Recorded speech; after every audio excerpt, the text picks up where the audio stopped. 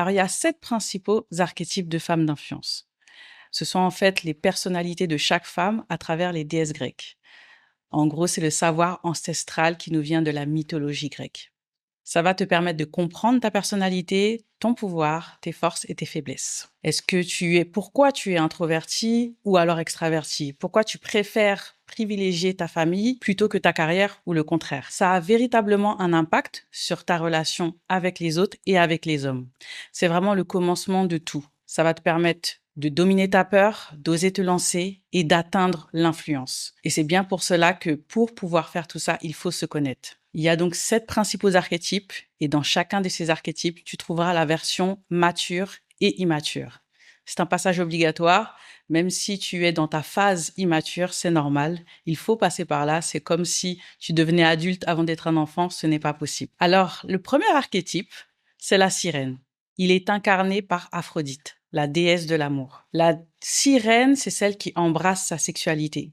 C'est l'un des archétypes les plus connus parce que c'est un archétype qui est très souvent utilisé par les célébrités en termes d'image.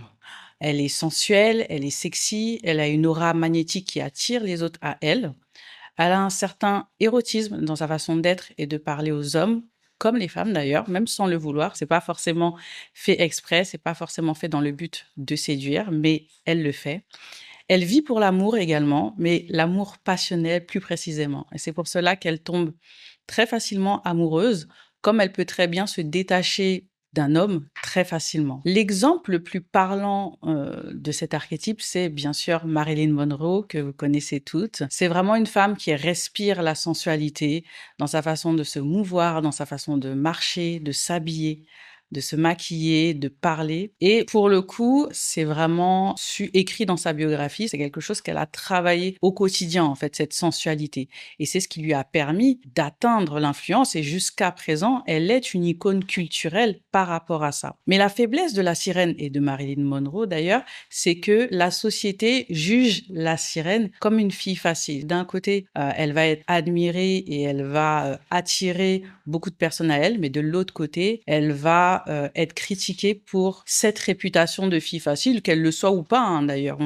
Étant donné que c'est une femme qui exprime sa sexualité, on va la considérer comme une fille facile. Et c'est de ça, par exemple, que Kim Kardashian souffre. D'un côté, on admire son côté businesswoman. De l'autre côté, vous allez toujours trouver des personnes qui vont critiquer son ex-réputation, on va dire plutôt, en tout cas ses actions passées. Mais ça, c'est lorsque tu es dans ta version immature. La version immature de la sirène, c'est la séductrice. C'est lorsque tu es vraiment dans une phase où tu veux séduire un peu tout et tout le monde. Et pour ça, on a l'exemple de Gabrielle Solis dans la série Desperate Housewives. Au début, elle trompe son mari parce que elle a besoin de plaire et elle a besoin de séduire les personnes qui sont autour d'elle. C'est comme ça qu'elle se sent accomplie. C'est comme ça qu'elle se sent heureuse.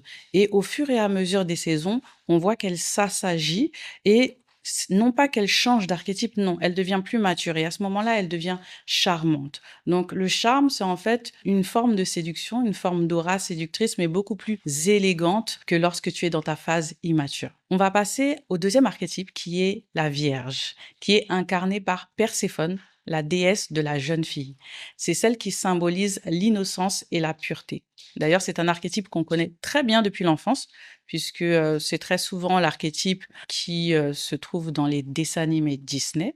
Donc, on a l'habitude que ce soit Cendrillon, Blanche-Neige, ce sont toutes des femmes-enfants. Et on peut observer que cet archétype, en fait, c'est une femme-enfant, donc elle a des qualités d'enfant, elle est curieuse, elle est empathique, elle s'adapte facilement aux autres et aux différents milieux. Elle est aussi naïve, passive et a besoin des autres pour avancer. Alors, c'est un archétype qui plaît beaucoup aux hommes, bizarrement, parce que ça leur permet d'exprimer leur virilité et leur masculinité, tout simplement parce qu'elle donne envie aux hommes de la protéger. Et pour cela, on a l'exemple de Ariana Grande, donc qui est une femme d'à peu près 30 ans et qui donc a une apparence de jeune fille, que ce soit dans sa façon de s'habiller, de se coiffer et même de s'exprimer, voire de chanter. Et lorsque vous regardez ces clips, vous voyez bien qu'il y a cette vibe un peu girly, voilà. La faiblesse de cet archétype, et ça vous vous en douterez, c'est de vouloir plaire aux autres sans cesse. Elle a parfois du mal à dire non, etc. Et vous pouvez le voir avec le personnage de Susan Mayer dans Desperate Housewives. Au début de la saison, elle était une demoiselle et ensuite elle devient innocente. Au fur et à mesure des saisons, elle prend des décisions, elle prend sa vie en main tout en aimant la compagnie des autres. Mais du coup, ça devient moins un besoin, ça devient surtout une envie. Ensuite, on passe à l'archétype de la mère, qui est incarné par Déméter, qui est la déesse de la maternité. C'est celle qui subvient aux besoins des autres. Alors, c'est un archétype par lequel la plupart des femmes passent, puisque la plupart des femmes deviennent mamans. Mais il y a des femmes pour qui cet archétype existe dès l'enfance. Elle est généreuse, elle conseille et prend soin des autres, elle a cet instinct maternel dont on parle très souvent. Et c'est souvent une femme que les hommes aiment épouser, forcément, puisqu'ils leur appellent leur mère. Et pour cet exemple-là, on a Michelle Obama, l'ex-première dame des États-Unis, qui incarne en fait cet archétype, puisqu'elle aime beaucoup conseiller non pas seulement ses enfants ou son mari, mais aussi les autres femmes. C'est vraiment son appel, sa mission de vie, c'est d'apporter en fait des conseils aux femmes de cette génération. La faiblesse de cet archétype, c'est forcément de s'oublier elle-même et elle peut tomber en dépression.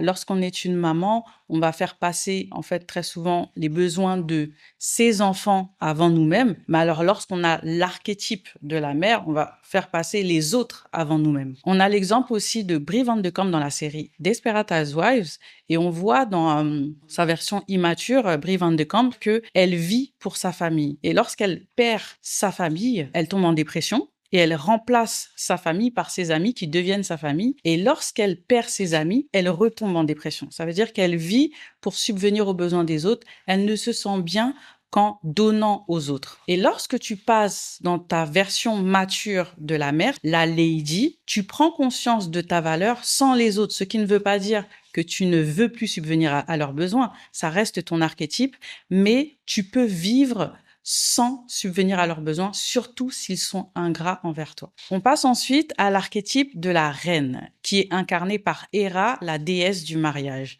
C'est celle qui symbolise la royauté. Elle est élégante, elle a confiance en elle, elle est loyale, elle est fidèle, et lorsqu'elle s'engage, elle ne te trahit pas, elle le fait pour la vie. Elle aime d'ailleurs diriger les autres, donc c'est plutôt une leader de nature et elle peut se montrer très autoritaire dans ce rôle d'ailleurs. Elle juge aussi beaucoup les autres car elle a ce léger sentiment de supériorité pour être honnête et aussi quelque chose de très important, elle ne se sent accomplie que si elle est mariée avec un homme, que si elle a un partenaire. Alors, pour le coup, c'est vrai qu'on est dans une société qui pousse les femmes à se marier et donc elles ont une certaine pression sociale à le faire.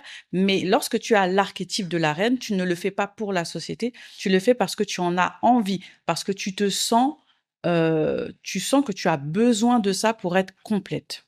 Parce qu'elle veut avoir en fait son roi à ses côtés. Une reine est complète lorsqu'elle a son roi à ses côtés. Et c'est plus important pour elle d'être mariée que d'avoir des enfants.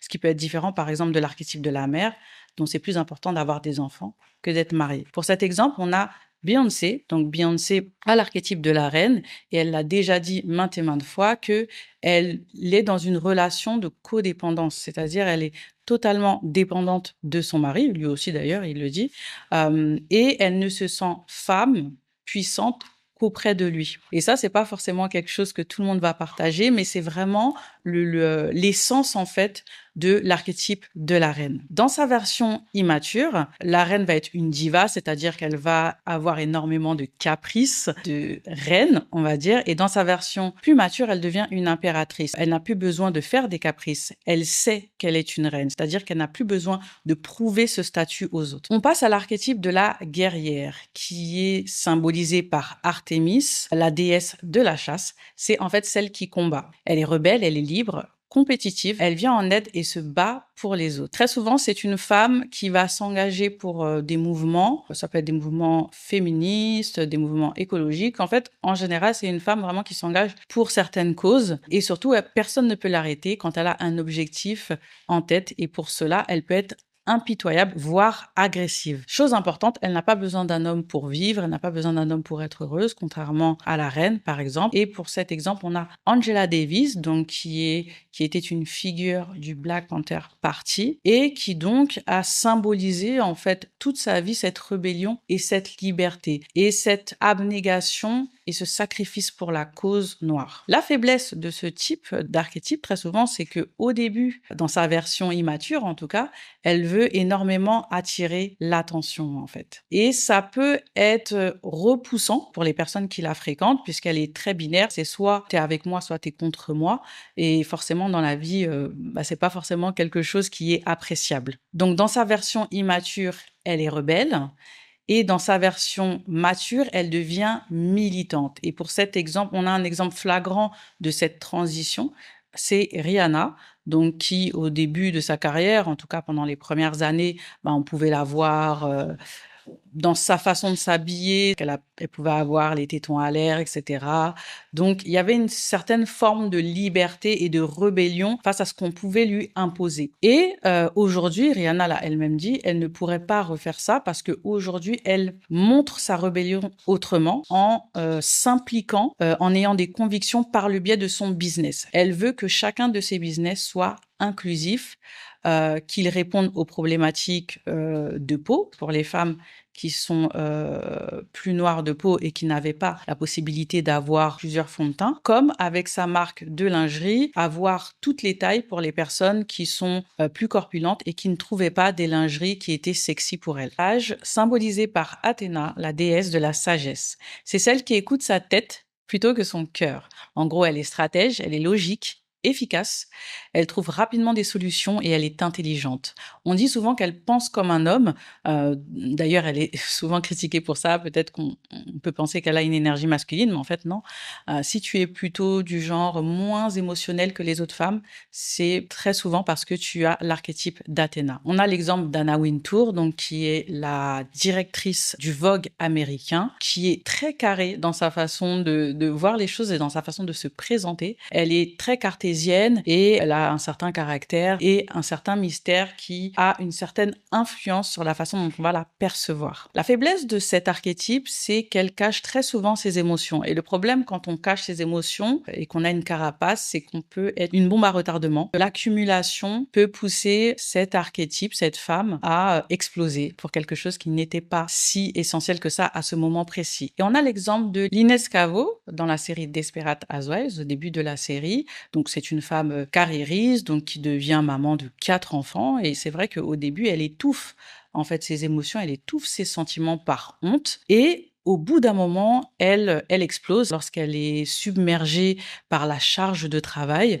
Et donc, c'est à ce moment-là que tu vas passer dans ta version mature. Tu vas prendre conscience de tes limites et tu vas passer de muse à boss. Et enfin, on passe au dernier archétype qui est la mystique, symbolisée par Hestia, la déesse du foyer.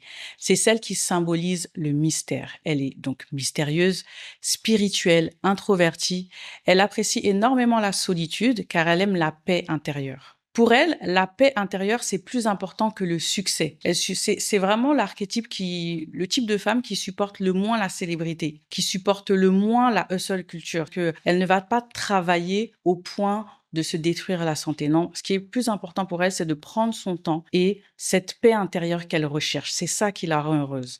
Elle peut être considérée comme étrange, imprévisible et elle parle très peu. Ce qui peut être bien puisqu'elle impose sa présence par son aura et non pas par la parole. Et elle attire les autres par le fait que l'on se pose des questions sur elle. C'est une énigme. Alors, pour être honnête, c'est assez difficile de trouver des exemples mystiques dans la pop culture, mais on a quand même un exemple qui est Shadé. Et on le voit en fait dans sa façon d'être, de marcher, de se mouvoir, qu'elle a cette espèce de force tranquille. Parce que, en fait, la mystique, c'est un feu, certes un feu dévorant, mais un feu doux. Voilà, pas un feu agressif. Elle est vraiment dans une espèce de douceur de sa force. La faiblesse de cet archétype, c'est bien sûr son insociabilité, ce qui est normal puisque elle est souvent toute seule, elle est souvent solitaire et donc forcément ça crée une distance avec les autres qui lui empêche parfois de saisir des opportunités. La version immature de cet archétype, c'est la déesse et ensuite lorsque tu